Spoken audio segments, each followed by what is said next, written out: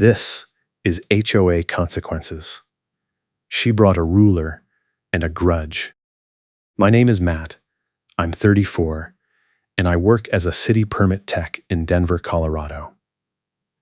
I moved to Spruce and Snow Estates Association 3 years ago because the mortgage was manageable and I was saving for a down payment on a cabin in the mountains, something I could actually own outright someday.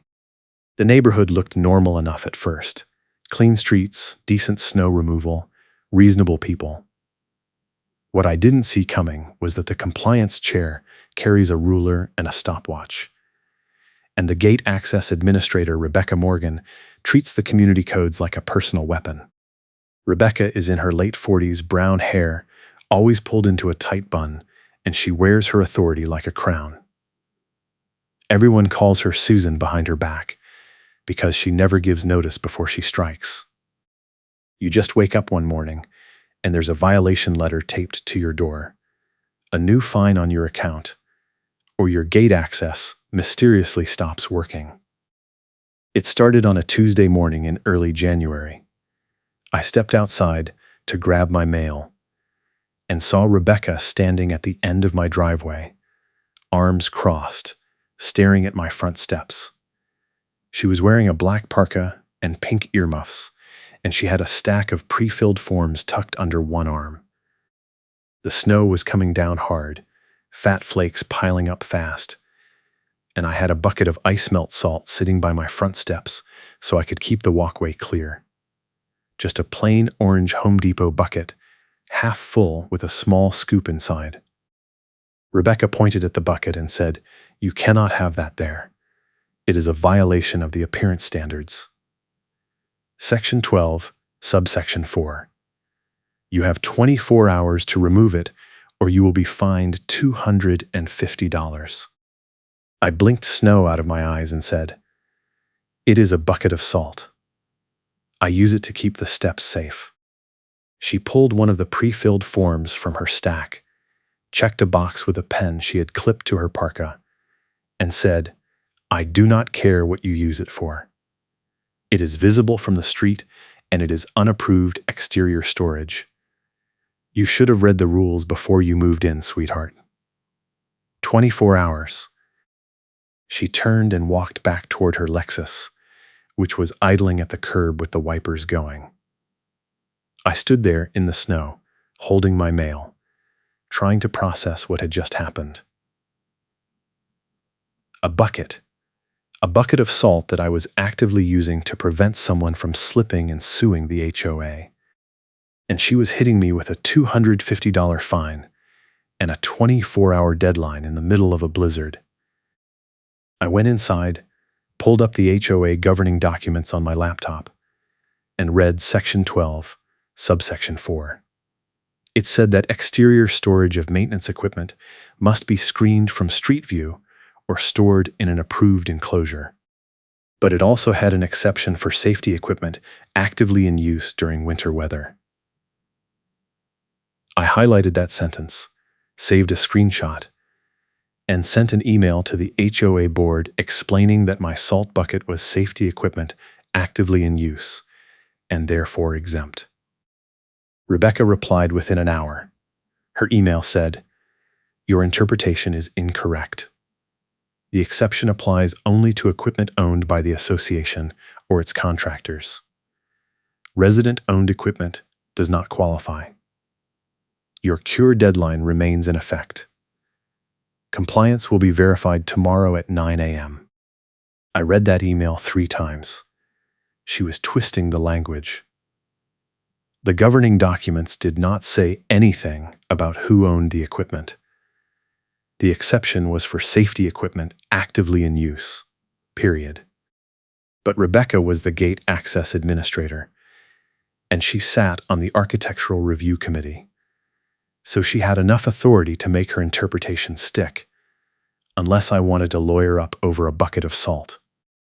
I decided to move the bucket inside for the night and deal with it in the morning. I was not going to pay a $250 fine over something this stupid.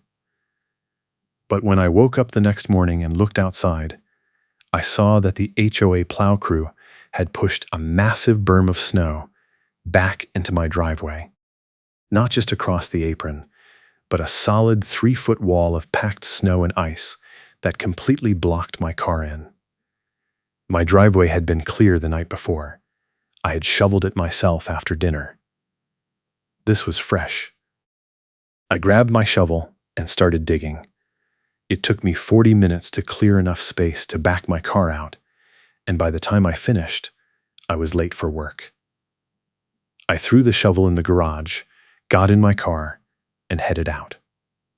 When I swiped my gate card at the community exit, the arm did not go up.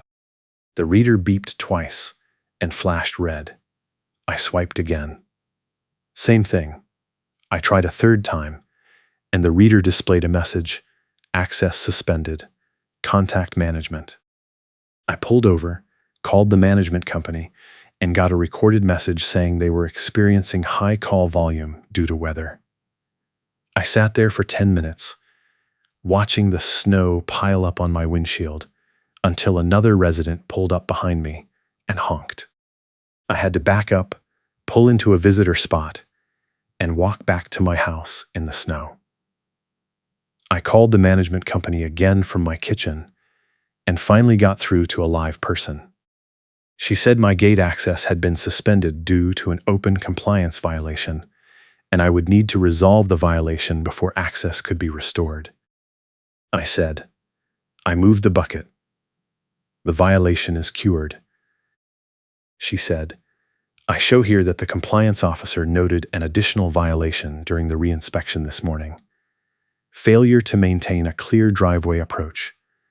That is an additional $250 fine and a new 24-hour cure period. Your access will remain suspended until both violations are resolved and the fines are paid." I hung up and walked back outside. The driveway berm was already starting to refreeze. I took photos of the plow tracks in the street, photos of the berm, and photos of my freshly shoveled driveway from the night before that I had sent to a buddy as proof I had done my part. Then I sent everything to the HOA board with a formal complaint. I wrote that the plow crew had deliberately reblocked my driveway after I cleared it, that Rebecca was inventing violations to justify a gate lockout, and that I wanted both fines reversed and my access restored immediately. Rebecca replied an hour later. She copied the entire board. Her email said, "Mr. Hayes, your driveway was not fully cleared to HOA standards at the time of inspection. The plow crew performed their normal route, and you are responsible for maintaining your property access regardless of plow activity. Your access suspension will remain in effect until all fines are paid and compliance is verified. I will make an example out of you so everyone learns that winter maintenance is not optional in this community." That phrase, "I will make an example out of you so everyone learns," just hung there in the email. She was not even pretending this was about rules anymore. This was personal. I forwarded the email chain to my buddy Derek, who lived 2 streets over in Spruce and Snow. Derek was the guy who had warned me about Rebecca when I first moved in. He told me she had targeted 3 other residents over the past 2 years, always during winter, always with escalating fines and impossible deadlines. One guy ended up selling his house and moving out because he could not afford to keep fighting. Derek called me that night and said, "You need to document everything. She is going to keep resetting your cure deadlines so you can never be done. That is her move. She will find a new violation every time you fix the last one, and she will drain you with fees until you either pay up or move out." I said, "I am already documenting. I have photos, emails, timestamps, everything." He said, "Good. But you need a lawyer, or at least a formal complaint with the state. Colorado has a common interest community ombudsman. You can file a complaint if the HOA is violating the governing documents or harassing you.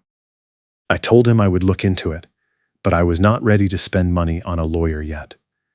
I was saving every dollar I could for the cabin, and I did not want to blow thousands on legal fees over a bucket of salt. I thought I could handle this myself. I thought if I just followed the rules perfectly and kept my documentation clean, Rebecca would have to back off. I was wrong. The next morning, I paid both fines online, cleared my driveway again, and sent an email to the management company requesting that my gate access be restored. They replied saying it would be reactivated within 24 hours. I waited. 24 hours passed. My access still did not work. I called the management company, and they said there was a processing delay due to weather, and they would escalate my request. Another day went by. Still nothing. I was having to park on the street outside the gate and walk a quarter-mile through the snow to get to my house.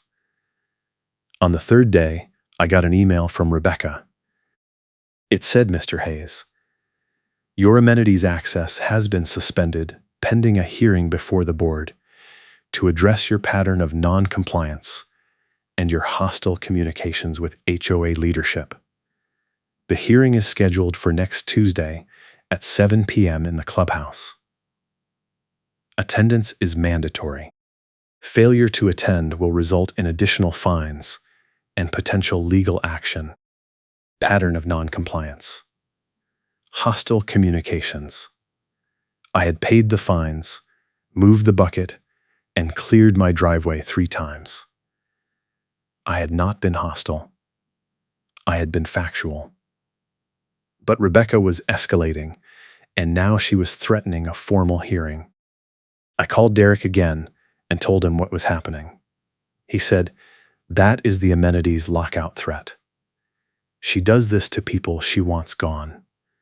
She locks you out of everything, drags you in front of the board, and tries to make you look like a problem resident so the board will authorize a lien or a lawyer." I said, "What do I do?" He said, "Show up to the hearing with everything. Photos, emails, timestamps, the governing documents with the exception highlighted. Make them explain on the record why they are ignoring their own rules. And record it if Colorado is a one-party state." I looked it up. Colorado is a one-party consent state for recording conversations. I could record the hearing as long as I was a participant. I decided that is exactly what I was going to do. But I also decided I was not going to tell Rebecca I was recording. I wanted her on record, unfiltered, saying whatever she was going to say. The weekend came. The snow kept falling. I was out in my driveway every morning before work, shoveling, salting, clearing the apron. Every evening, the plow crew would come through and push a fresh berm back across my driveway entrance. It was like clockwork. I started taking video every time it happened, capturing the time, the plow truck number, and the fact that my driveway had been clear 5 minutes before. I saved every video to a cloud folder and sent copies to Derek. On Sunday night, I was standing in my garage, organizing my tools, when I heard voices outside. I walked to the front window and saw Rebecca standing in my driveway with 2 other people. One was a man I recognized as the HOA treasurer. The other was a woman I had never seen before, holding a phone up like she was recording. Rebecca was pointing at my front steps, then at my mailbox, then at a small patch of ice near the curb that I had not salted yet because I had run out of salt and the hardware store was closed. I opened my front door and said, "Can I help you?" Rebecca turned and said, "We are conducting a property inspection. You are required to allow access." I said, "No, I am not. You are on my driveway without permission. You need to leave." The woman with the phone kept recording. Rebecca said, "We have the authority to inspect any property in the community for compliance purposes. If you interfere, That is an additional violation. I pulled out my phone and started recording too. I said, "Show me where in the governing documents it says you can trespass on my property without notice." Rebecca's face went red. She said, "You should have read the rules before you moved in, sweetheart. You are going to regret this attitude." I said, "I have read the rules. You are trespassing. Leave now, or I am calling the police." The treasurer muttered something to Rebecca and started walking back toward the street. The woman with the phone followed. Rebecca stayed where she was for a few more seconds, staring at me, then turned and walked away. I stood in my doorway, shaking, watching them get into Rebecca's Lexus and drive off. I saved my video and sent it to Derek immediately. Derek called me 10 minutes later and said, "That is escalation step 2. She brought backup to try to bait you into a reaction on camera. She wanted you to yell, shove someone, do something she could use against you at the hearing. You handled it perfectly." I said, "What is she trying to accomplish? Why is she doing this?" He said, "Because she can. She has been doing this for years. The board lets her do whatever she wants because she volunteers for everything and nobody else wants the job. And she targets people who push back. You pushed back, so now you are her project." I asked Derek if he would come to the hearing with me. He said yes, and he also said he had something that might help. He told me his doorbell camera had caught Rebecca walking past my house late one night during the previous week, right around the time my driveway got reblocked. He said he would pull the footage and bring it to the hearing. Tuesday came. I dressed in clean clothes, printed copies of all my documentation, and put my phone in my jacket pocket with the voice recorder app running. I drove to the clubhouse, parked in the lot, and walked in through the main entrance. The hearing room was a small conference room with a folding table, 8 chairs, and a projection screen on one wall. Rebecca was already there, sitting at the head of the table with her stack of pre-filled forms in front of her. The board president, a man named Tom, was sitting to her right. The secretary and the treasurer were on the other side. Derek was sitting in one of the visitor chairs against the wall, arms crossed, smirking. Tom looked up and said, "Mr. Hayes, thank you for coming. Please have a seat." I sat down across from Rebecca. Tom opened a folder and said, "We are here tonight to discuss a pattern of non-compliance and hostile behavior that has been reported by our compliance officer, Rebecca Morgan." Rebecca, would you like to summarize the issues? Rebecca pulled the top sheet from her stack and said, "Mr. Hayes has repeatedly violated community appearance standards, failed to maintain his property to HOA specifications, and has engaged in threatening and abusive conduct toward HOA volunteers. On January 7th, he displayed unapproved exterior storage. On January 8th, he failed to clear his driveway approach. On January 12th, he verbally threatened me and other board members while we were conducting a lawful inspection. He has refused to pay fines, he has sent hostile emails, and he has created a hostile environment for volunteers. I am recommending that the board authorize a lien on his property and refer this matter to our attorney for further action." I took a breath and said, "That is not what happened." Tom said, "You will have a chance to respond. Let Rebecca finish." Rebecca continued. She said, "In addition, Mr. Hayes has been observed using unapproved ice melt products that may damage community landscaping. He has been observed storing snow removal equipment in a manner that violates setback requirements. And he has been observed operating a vehicle within the community without valid gate access, which is a security violation." I said, "I did not have valid gate access because you suspended it." Tom said, "Mr. Hayes, Please wait your turn. Rebecca smiled and said, I will make an example out of you so everyone learns that this community has standards. We cannot allow one resident to ignore the rules and create chaos for everyone else. I reached into my folder and pulled out my printed timeline. I said, May I respond now? Tom nodded. I laid out the timeline. I showed the photos of my driveway before and after the plow crew reblocked it. I showed the email where Rebecca admitted she was making an example out of me. I showed the section of the governing documents that allowed safety equipment during winter weather. I showed the video of Rebecca trespassing on my property with her backup crew.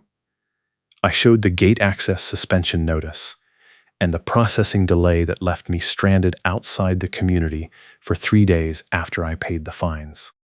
Tom looked uncomfortable. The secretary was taking notes. The treasurer was staring at Rebecca. Derek was still smirking.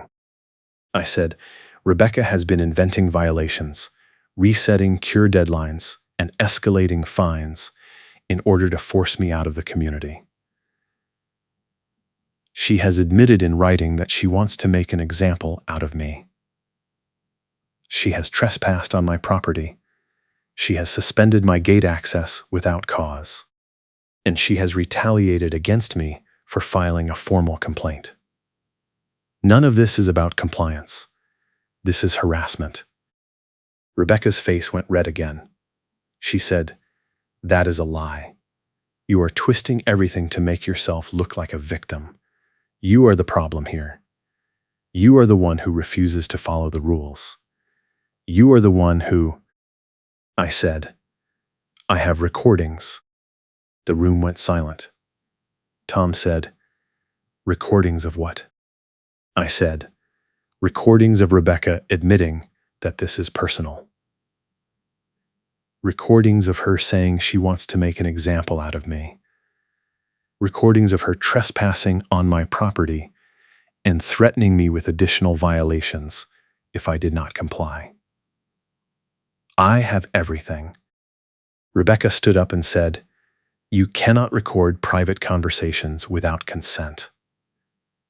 That is illegal. I said, Colorado is a one-party consent state. I am allowed to record any conversation I am a part of. And I am a part of every conversation you have had with me. Tom said, Mr. Hayes, do you have these recordings with you? I said, I do. But I am not playing them here. I am saving them for my formal records complaint with the state ombudsman. I just wanted you to know they exist, and that if this board authorizes a lien or refers this to an attorney, I will be filing a counter-complaint that includes everything Rebecca has done. Rebecca sat back down. She looked at Tom and said, He is bluffing. I pulled out my phone, opened the voice memo app, and played 5 seconds of audio. It was Rebecca's voice saying, I will make an example out of you so everyone learns. I stopped the playback and put my phone back in my pocket. Tom said, Rebecca, can we have a word in private? Rebecca and Tom stepped out of the room. The secretary and the treasurer stayed at the table, not making eye contact with me. Derek caught my eye and gave me a small nod. We sat in silence for about 5 minutes. Then Tom and Rebecca came back in. Rebecca's face was tight. Tom sat down and said, The board has decided to table this matter pending further review. Mr. Hayes, your gate access will be restored immediately, and we will be conducting an internal audit of the compliance process to ensure that all procedures are being followed correctly. This hearing is adjourned. I said, What about the fines? Tom said, We will review the fines as part of the audit. I stood up, gathered my papers, and walked out. Derek followed me into the parking lot. He said, You just scared the hell out of them. They know you have proof, and they know they are exposed. But this is not over. Rebecca is going to come back harder. I said, Let her. I have everything documented. If she tries anything else, I am going to bury her. Derek said, "Just be ready. She does not take losing well." I drove home, parked in the visitor lot outside the gate because my access still was not working, and walked back to my house through the snow. When I got inside, I checked my email and saw a message from the management company. It said my gate access had been restored and I could use it starting immediately. I also saw an email from Tom saying the board would be meeting an executive session next week to discuss compliance procedures and that I would be notified of any changes. I sat down at my kitchen table and opened my laptop. I drafted a formal complaint to the Colorado Common Interest Community Ombudsman, attached all my documentation, and saved it as a draft. I was not ready to file it yet, but I wanted it ready to go if Rebecca made another move. The next 2 days were quiet. My gate access worked. No new violation notices. No emails from Rebecca. I started to think maybe the board had actually reined her in. But on Thursday night, I got a call from Derek. He said, "You need to check the neighborhood group chat. Rebecca just posted something." I opened the community Facebook group and saw a post from Rebecca. It said, "Attention Spruce and Snow residents. Please be advised that the board is investigating a resident who has been making false accusations against HOA volunteers and creating a hostile environment for community leadership. This behavior will not be tolerated. If you have information about this individual, please contact the board directly. We take all reports seriously and will be taking appropriate action." She did not name me, but everyone would know who she was talking about. I took a screenshot and forwarded it to Derek. He replied, "She is trying to turn the neighborhood against you. You need to respond." I did not want to get into a public fight on Facebook, but I also did not want Rebecca to control the narrative. I posted a reply. I said, "I have filed a formal complaint with the board regarding harassment and retaliation by an HOA officer. I have documented evidence of violations of the governing documents and abuse of authority. I am not making false accusations. I am exercising my rights as a homeowner. If anyone has questions, feel free to reach out to me directly." Within an hour, I had 3 private messages from other residents. One was from a guy named Paul, who said Rebecca had targeted him 2 years ago over a holiday decoration dispute, and he ended up paying $1,500 in fines before he gave up. Another was from a woman named Lisa, who said Rebecca had tried to force her to remove a bird feeder because it was not architecturally approved.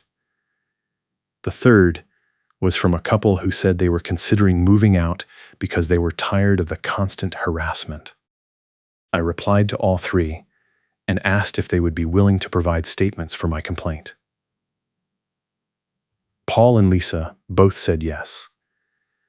The couple said they did not want to get involved because they were afraid of retaliation. Friday morning, I woke up to find another berm of snow blocking my driveway. The plow crew had been through again, and once again, they had pushed snow directly across my cleared apron. I took video, cleared the snow, and sent the video to Derek with a message saying, "This is what I am dealing with. Every single time." Derek replied, "They are not going to stop until you force them to. You need to escalate this." If you are enjoying this story, please hit the like button and subscribe so you do not miss the next one. I decided it was time to file the ombudsman complaint. I went back to my draft, added the new video and the screenshots from the Facebook group, and submitted it through the state website. The confirmation email said I would receive a response within 10 business days. I also sent a copy of the complaint to the HOA board, the management company, and Rebecca, with a cover email saying that I had escalated the matter to the state and that I expected all harassment to stop immediately. Rebecca did not reply. Tom sent a short email saying the board would be reviewing my complaint and would respond formally after consulting with their attorney. The management company sent an automated reply saying they had received my message. Saturday came. The snow was still falling. I spent the morning clearing my driveway again and salting the walkway. Around noon, I heard a truck engine outside and looked out the window to see a tow truck backing into my driveway.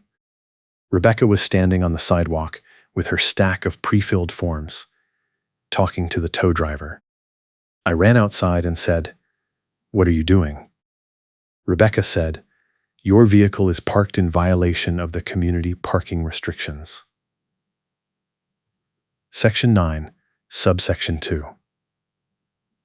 "It is being towed." I said, "My car is in my own driveway, on my own property. You cannot tow it." She said, "Your driveway approach encroaches on the HOA common area by 6 inches. Your vehicle is parked partially on association property without authorization. The tow has been authorized by the board." I looked at the tow driver and said, "Do not touch my car." The driver, a guy in his 50s with a heavy jacket and a clipboard, said, "I have an authorization form from the HOA. If you have a problem, you need to take it up with them." I said, "That authorization is fraudulent. My driveway does not encroach on common area. I have a survey." Rebecca said, "Your survey is outdated. The association had the property lines resurveyed last year, and your driveway is in violation. You were notified by mail." I said, "I never received any notice about a survey. Show me the documentation." Rebecca said, "I do not have to show you anything. The tow is proceeding." I pulled out my phone and said, "I am calling the police." Rebecca said, "Go ahead. They will tell you the same thing. This is a civil matter. The HOA has the authority to enforce parking restrictions." I dialed 911 and explained the situation to the dispatcher. She said an officer would be there within 20 minutes. I stood in front of my car with my arms crossed, blocking the tow hook. The driver said, "Sir, I need you to move." I said, "I am not moving until the police get here." Rebecca said, "You are interfering with a lawful tow. That is an additional violation." I said, "This is not a lawful tow. This is harassment. And I have proof." Rebecca said, "What proof?" I held up my phone and said, "I have a recording of you admitting this is personal. I have a recording of you saying you want to make an example out of me. I have video of your plow crew deliberately blocking my driveway. I have emails, photos, timestamps, witness statements, and a formal complaint with the state. And if that tow hook touches my car, I am adding this to the complaint, and I am suing you personally for harassment, trespass, and abuse of process." The tow driver looked at Rebecca and said, "Lady, if he has proof this is bogus, I am not touching that car. I do not need that kind of liability." Rebecca said, "You are under contract with the HOA. You have to do what we tell you." The driver said, "No, I do not. I have to follow the law. If he says the authorization is fraudulent and he has documentation, that is a legal issue. You need to sort it out with your lawyer." Rebecca's face went bright red. She said, "Fine. Then leave. But this is not over." The driver got back in his truck and drove away. Rebecca stood on the sidewalk, glaring at me, holding her stack of forms. I said, "You are done. I did not stop you because I wanted you on record. I wanted you to keep digging. And now I have everything I need." She said, "You do not have anything. You are bluffing." I said, "Try me." A police cruiser pulled up to the curb. The officer, a woman in her 30s, got out and walked over. She said, "What is going on here?" I explained the situation. I showed her my survey, my property deed, and my documentation, showing that I had never received notice of any resurvey. I showed her the emails from Rebecca threatening fines and towing. I told her about the harassment, the gate lockout, the plow crew blocking my driveway, and the trespassing incident. The officer looked at Rebecca and said, "Do you have documentation showing that this property encroaches on association land?" Rebecca said, "It is on file with the management company." The officer said, "Can you show it to me now?" Rebecca said, "I do not have it with me." The officer said, "Then I cannot verify that the tow was authorized." "Sir, your car is on your property. No one can tow it without a court order or proof of a legitimate parking violation. If the HOA believes you are encroaching, they need to go through the proper legal channels." Rebecca said, "This is a private community matter. You do not have jurisdiction." The officer said, "I have jurisdiction over any criminal complaint, including harassment and trespassing. If this gentleman wants to file a report, I will take it." I said, "I do." The officer took my statement. She took photos of my car, my driveway, and the tire tracks from the tow truck. She gave me a case number and said I could follow up with the department if I wanted to pursue charges. Rebecca stood on the sidewalk the entire time, silent, holding her forms. When the officer left, Rebecca turned and walked back to her Lexus without saying a word. Derek called me that night and said, "You just won. She tried to tow your car and it blew up in her face. The board is going to have to do something now." I said, "I hope so. But I am not counting on it. I am just going to keep documenting and keep pushing." Derek said, "Good. Because I have that doorbell footage I promised you. I am going to email it to you tonight. It shows Rebecca walking past your house at 11:30 p.m. the night before your driveway got blocked. She stops, looks at your driveway, takes a photo with her phone, and keeps walking. 2 hours later, the plow truck comes through and pushes the berm right where she was standing. I said, "That is huge. That proves she coordinated it."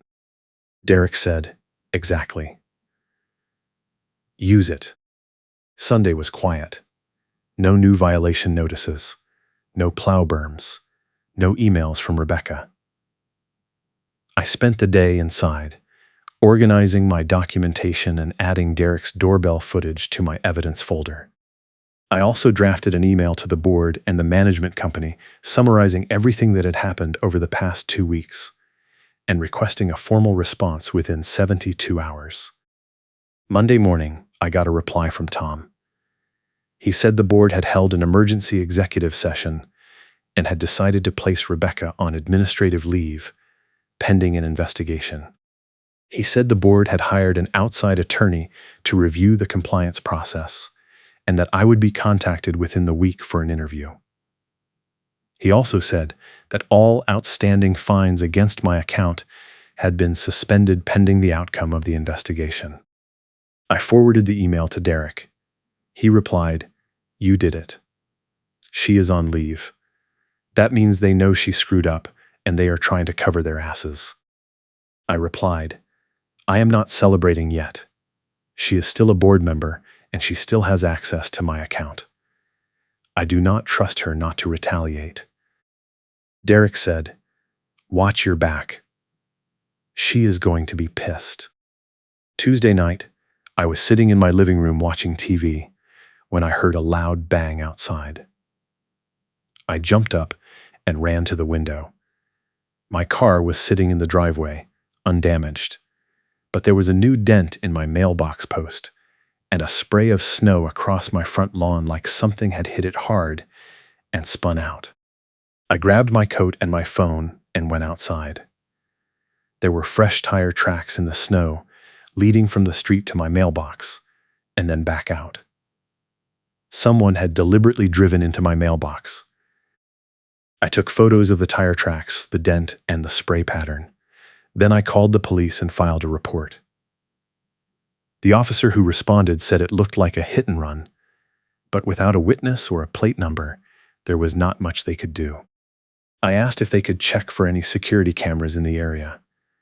The officer said she would follow up, but she was not optimistic. I called Derek. He said, "That was Rebecca, or someone she sent. You need to get cameras on your property right now." I said, "I am on it." I ordered 2 outdoor security cameras with night vision and motion alerts. They arrived Wednesday, and I installed them that afternoon, one covering the driveway and one covering the front walkway and mailbox. I linked them to my phone and set up continuous cloud recording.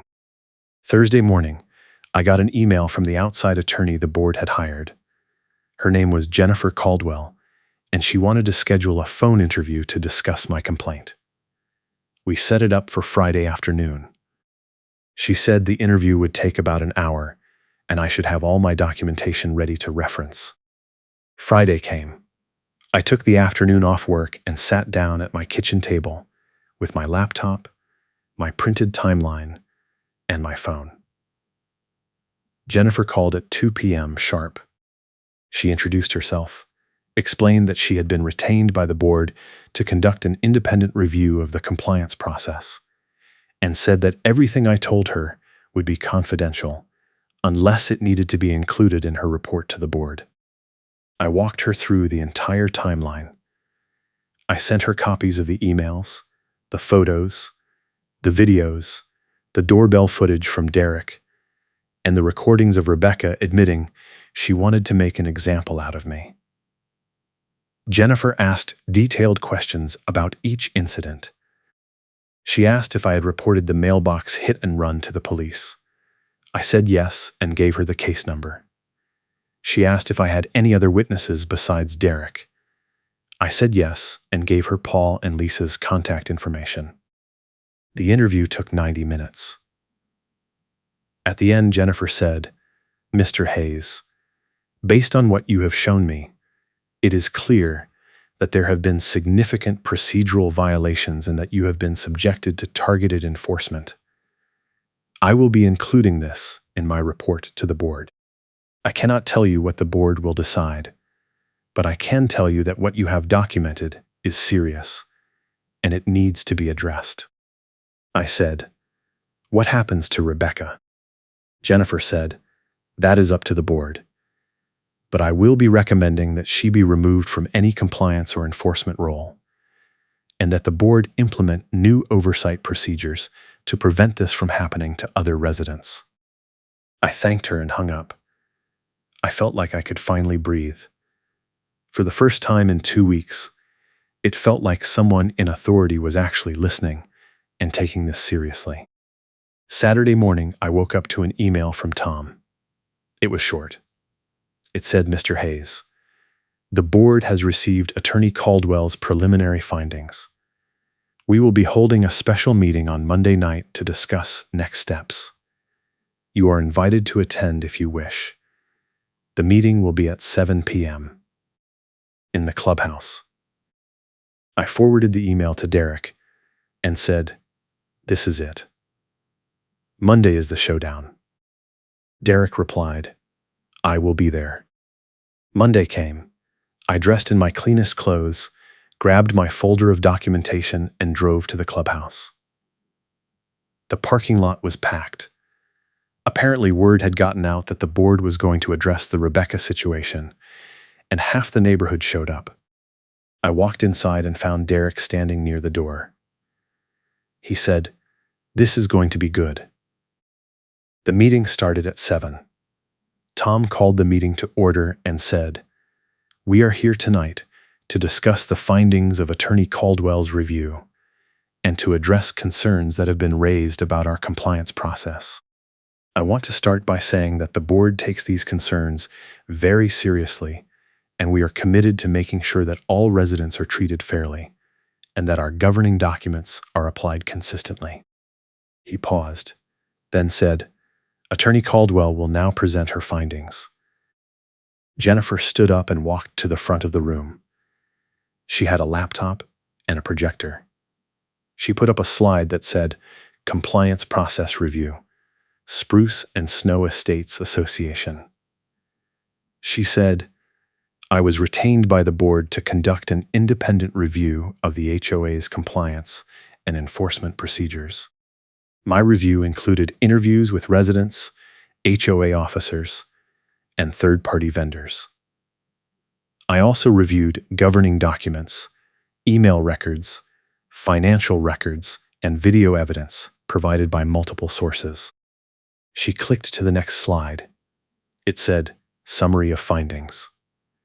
She said, "I found that there have been significant procedural violations, targeted enforcement actions, and abuse of authority by at least one HOA officer.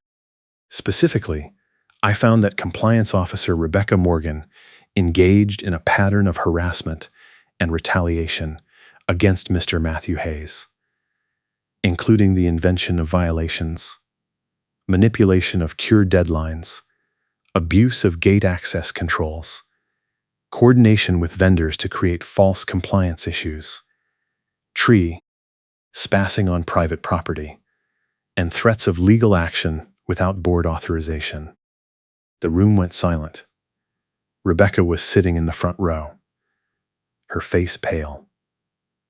Jennifer continued. She said, "I also found that the board failed to provide adequate oversight of the compliance process and failed to respond appropriately to Mr. Hayes' initial complaints. As a result, the harassment continued and escalated to the point where Mr. Hayes was forced to involve law enforcement and file a formal complaint with the state ombudsman." Jennifer clicked to the next slide. It said, "Recommendations." She said, "I am recommending that the board immediately remove Rebecca Morgan from all compliance and enforcement roles. I am recommending that the board issue a formal apology to Mr. Hayes and refund all fines that were assessed against him. I am recommending that the board implement new oversight procedures, including mandatory training for all officers, third-party audits of compliance actions, and a formal appeals process for residents. And I am recommending that the board enter into a settlement with Mr. Hayes that includes refunds and limits on enforcement to prevent future retaliation." Rebecca stood up and said, "This is outrageous. I have done nothing wrong. I was enforcing the rules.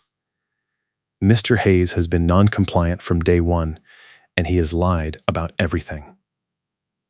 This entire review is a witch hunt." Jennifer said, "Miss Morgan, I reviewed all of the evidence. I listened to the recordings. I watched the videos. The pattern of behavior is clear and it is documented. You targeted Mr. Hayes, you manipulated the process, and you abused your authority. That is not enforcement. That is harassment." Rebecca said, "I will make an example out of you so everyone learns that you cannot." Tom cut her off. He said, "Rebecca, sit down. You are out of order." Rebecca said, "You cannot silence me. I am a board member. I have rights." Tom said, "You are suspended. You do not have the floor. Sit down or leave." Rebecca grabbed her coat and her stack of pre-filled forms and stormed out of the room. The door slammed behind her. The room was dead silent for a few seconds. Then someone in the back started clapping. Then someone else. Then half the room was clapping. I sat there, stunned, watching it happen. Tom said, "The board accepts Attorney Caldwell's recommendations. We will be drafting a formal settlement agreement with Mr. Hayes and implementing the recommended oversight procedures immediately. Rebecca Morgan is removed from all officer positions effective tonight. This meeting is adjourned." People started standing up and talking. Derek leaned over and said, You just took down the queen. She is done. I said, is she really done? Or is she just going to come back and make my life hell in some other way? Derek said, she is done. The board just humiliated her in front of the entire neighborhood. She has no credibility left. And if she tries anything else, you have a paper trail a mile long. I walked out of the clubhouse into the cold night air. It was snowing again, fat flakes piling up on the cars in the parking lot. I got in my car and sat there for a minute, letting it sink in. I had won. Rebecca was gone. The board was going to refund my fines and change the process. It was over. But it was not over. Not yet. Tuesday morning, I got an email from the HOA's insurance carrier. It was addressed to the entire board, and it was copied to me, Derek, Paul, Lisa, and about a dozen other residents. The subject line said, "Notice of potential coverage issue." The email said, "We have been notified of multiple harassment complaints filed against officers and board members of Spruce and Snow Estates Association. We are conducting an investigation to determine whether these complaints constitute covered claims under your directors and officers' liability policy. Please be advised that if the investigation reveals a pattern of intentional misconduct or failure to implement adequate oversight procedures, we may be required to issue a non-renewal notice for your policy. This would leave your association without liability coverage and could result in personal liability for board members and officers." I forwarded the email to Jennifer Caldwell and said, "What does this mean?" She replied, "It means the insurance company is threatening to drop the HOA's coverage if the board does not fix this immediately. That is a huge problem. Without insurance, the board members are personally liable for any lawsuits, and no bank will issue a mortgage in a community without liability coverage. This gives you a ton of leverage." I said, "Leverage for what?" She said, "For your settlement. The board is going to want this resolved fast, and they are going to want it resolved in a way that makes the insurance company happy. That means they are going to agree to whatever you ask for, within reason." I called Derek and told him about the insurance email. He said, "That is the twist. The insurance carrier is putting the squeeze on the board because the harassment complaints are stacking. This is your moment. Ask for everything." I spent the rest of the day drafting a settlement demand. I asked for a full refund of all fines, reimbursement of my attorney consultation fees, reimbursement of my security camera costs, a formal written apology from the board, removal of all compliance actions from my account, a guarantee that I would not be targeted for enforcement actions for the next 2 years, and a written agreement that Rebecca Morgan would have no role in any decision affecting my property.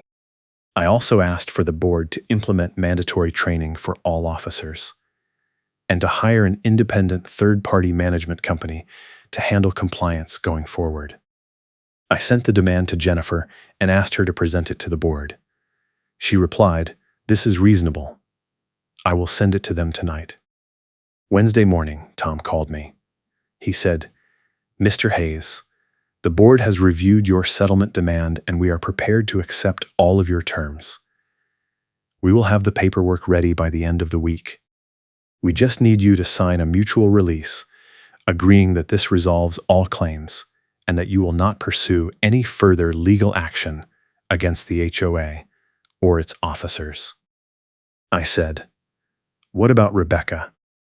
Tom said, "Rebecca resigned from the board last night.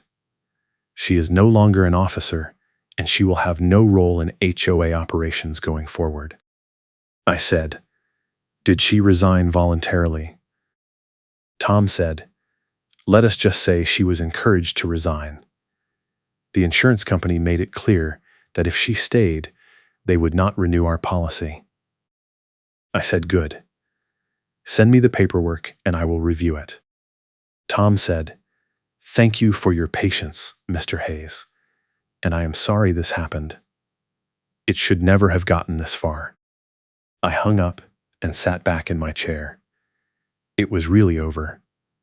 Rebecca was gone. The board was settling. I was getting my money back, and I was getting protections in place to make sure this never happened again. Thursday morning, I got the settlement agreement by email. I read through it carefully. Everything I had asked for was in there. Full refund, reimbursement, apology, compliance freeze, third-party management, training requirements. I signed it and sent it back. Friday afternoon, I got a check in the mail for $2,300. That covered all the fines, my attorney consultation, and my cameras. I also got a formal letter from the board apologizing for the harassment and confirming that all compliance actions had been removed from my account. The letter was signed by Tom and the entire board. Saturday morning, I woke up to find my driveway clear. No berm, no plow damage. The HOA crew had come through overnight, and they had actually plowed around my apron instead of across it. I stood in my garage, looking at the clean driveway, and I felt something I had not felt in weeks. Relief.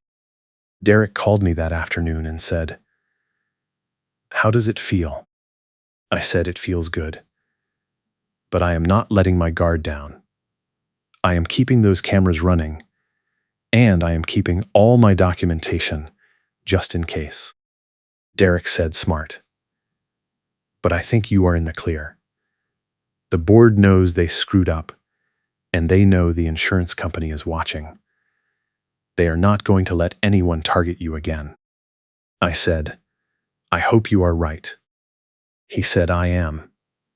You won. Enjoy it." Sunday, I decided to do something I had not done in weeks. I sat down at my kitchen table with my laptop, and I looked at cabin listings in the mountains. I had been so focused on fighting the HOA that I had completely stopped thinking about my goal. But now, with the settlement money in my account and the harassment finally over, I could get back to saving. I bookmarked a few listings and made a note to call a realtor in the spring. Monday morning, I went to work and told my coworkers what had happened. They could not believe it. One of them said, "You took on your HOA and won? That never happens." I said, "It does if you document everything and you do not give up." Another coworker said, "You should write this down. People need to know how to fight back when an HOA goes rogue." I said, "Maybe I will." That night, I got a message on the neighborhood Facebook group. It was from Paul, the guy who had been targeted by Rebecca 2 years ago. He said, "Thank you for standing up to her. You did what a lot of us were too afraid to do. The neighborhood is better off without her running things." I replied, "Thanks. I am just glad it is over." He said, "Me too. And if you ever need anything, let me know. You have a lot of people here who have your back now." I closed my laptop and looked out the window. The snow was still falling, covering the streets and the rooftops and the trees. But for the first time in weeks, it did not feel like a threat. It just felt like winter. Tuesday morning, I was clearing my walkway when a car pulled up to the curb. I looked over and saw Rebecca sitting in the driver's seat, staring at me. She did not get out. She just sat there for a minute, her face tight, her hands gripping the steering wheel. Then she drove away. I watched her taillights disappear down the street, and I went back to shoveling. Derek called me that night and said, "Did you see her?" I said, "Yeah. She drove by this morning. Just sat there and stared." Derek said, "She is trying to intimidate you. Do not let her get in your head. She has no power anymore." I said, "I know. but it is still creepy. Derek said, "If she does it again, call the police. You have a harassment case on file. They will take it seriously." I said, "I will." Wednesday came and went. No more drive-bys. No emails. No violation notices. The neighborhood was quiet. The plow crews were doing their job without blocking anyone's driveway. The gate system was working. The compliance process was being handled by the new third-party management company, and they were professional, polite, and fair. Thursday afternoon, I got an email from Jennifer Caldwell. She said, "Mr. Hayes, I wanted to let you know that the board has completed the implementation of all the oversight procedures I recommended. They have also hired a new compliance coordinator who will be starting next month. I believe the changes will make a significant difference in how the HOA operates going forward. Thank you for your patience and your cooperation during this process." I replied, "Thank you for everything. You made this possible." She said, "You did the hard work. I just provided the framework. Good luck with everything." Friday night, I sat down with a beer and turned on a movie. Halfway through, my phone buzzed with a notification from my driveway camera. I opened the app and saw a car pulling into my driveway. My stomach dropped. I grabbed my coat and ran outside. But when I got there, it was not Rebecca. It was Derek. He got out of his car, grinning, holding a six-pack. He said, "I figured you could use a celebration. You survived." I laughed and said, "Yeah, I did." We sat in my garage with the door open, watching the snow fall, drinking beer, and talking about everything that had happened. Derek said, "You know, you are a legend in this neighborhood now. People are calling you the guy who took down Susan with no notice." I said, "I did not do it alone. You helped. Paul and Lisa helped. Jennifer helped." Derek said, "Sure, but you were the one who stood up when everyone else was too scared. That takes guts." I said, "Or stupidity." He laughed and said, "Maybe both." Saturday morning, I woke up to clear skies for the first time in 2 weeks. The snow had stopped and the sun was out. I went outside and saw kids playing in the street, neighbors shoveling their driveways, people walking their dogs. It felt normal. It felt like a real neighborhood again. I spent the day organizing my garage and putting away my winter gear. I found the orange bucket of ice melt salt that had started this whole mess. I laughed and put it back on the shelf. Then I checked my bank account and saw the settlement deposit. $2,300. I transferred half of it into my cabin savings fund and left the other half in checking for emergencies. That night, I got a group text from Derek, Paul, and Lisa. Derek said, "Drinks tomorrow night at my place. You are all invited. We are celebrating the fall of the empire." I replied, "I will be there." Sunday evening, I walked over to Derek's house. Paul and Lisa were already there, along with a few other neighbors I recognized from the meeting. We sat around Derek's kitchen table, drinking beer and swapping HOA horror stories. Paul told us about the time Rebecca tried to fine him for having the wrong shade of green on his garden hose. Lisa told us about the time Rebecca showed up at her door at 6 a.m. to measure her mailbox height. Everyone had a story. And everyone agreed that the neighborhood was better off without her. Around 9, someone asked me what I was going to do next. I said, I am going to keep saving for my cabin. That is what I was doing before all this started, and that is what I am going back to. Derek said, "Good for you. You deserve it.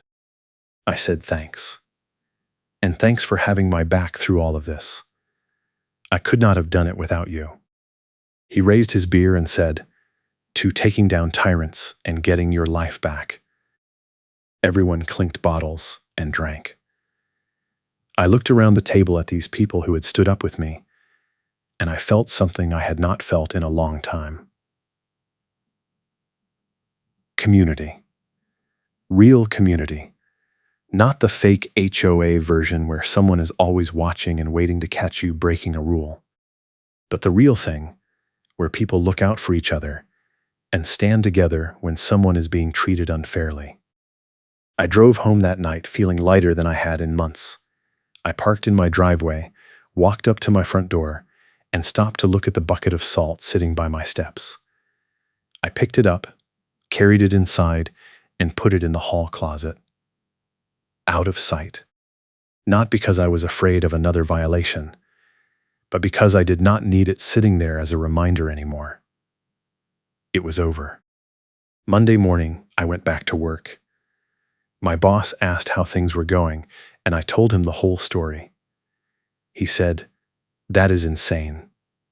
I am glad you won." I said, "Me too."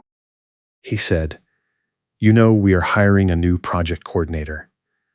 Someone who is good at documentation, organization, and standing their ground. You interested in applying?" I said, "Maybe. Let me think about it." He said, "Take your time. But you would be great at it." I spent the rest of the week catching up on work and getting back into my routine. No more gate lockouts. No more violation notices. No more surprise plow berms. Just normal life. It felt good. Friday afternoon, I got one last email from Tom. It said, "Mr. Hayes, the board wanted to thank you again for your patience and your willingness to work with us to resolve this matter. We have completed the implementation of all the settlement terms, and we consider this matter closed. If you have any questions or concerns in the future, please do not hesitate to reach out." I replied, "Thank you. I appreciate everything the board did to fix this situation." I closed my laptop and looked out the window. The sun was setting over the mountains, painting the snow pink and orange. I thought about everything that had happened over the past 3 weeks. The harassment, the escalation, the tow truck standoff, the hearing, the settlement. It had been exhausting and stressful and infuriating. But it had also been worth it. Because I had stood up for myself, I had fought back, and I had won. And Rebecca, the woman who said she would make an example out of me so everyone learns, had learned a lesson herself. She learned that you cannot abuse your authority without consequences. She learned that residents have rights, and they will fight back if you push them too far. And she learned that the minutes record the reversal and the reason, and once that is in writing, there is no taking it back. Karen was forced to retract her claim in writing. The board entered into a settlement that included refunds and limits on enforcement. And the insurance carrier threatened cancellation because the harassment complaints were stacking, which forced the board to cave and implement real reforms so the whole neighborhood would not lose coverage. Funny how it all worked out. Karen tried to flex her authority, and the policy said she could not. She thought she could break me with fines and deadlines and intimidation, but all she did was build a case against herself. Every email, every violation notice, every escalation step, it all came back to bury her in the end. I sat down on my couch and pulled up the cabin listings on my phone. I had lost 3 weeks of progress on my savings, but I had the settlement money now and I was back on track. I bookmarked a few new properties and made a note to call the realtor in March. Spring was coming. The snow would melt, and I would be one step closer to owning something that no HOA could ever touch. Thanks for watching, and I appreciate you being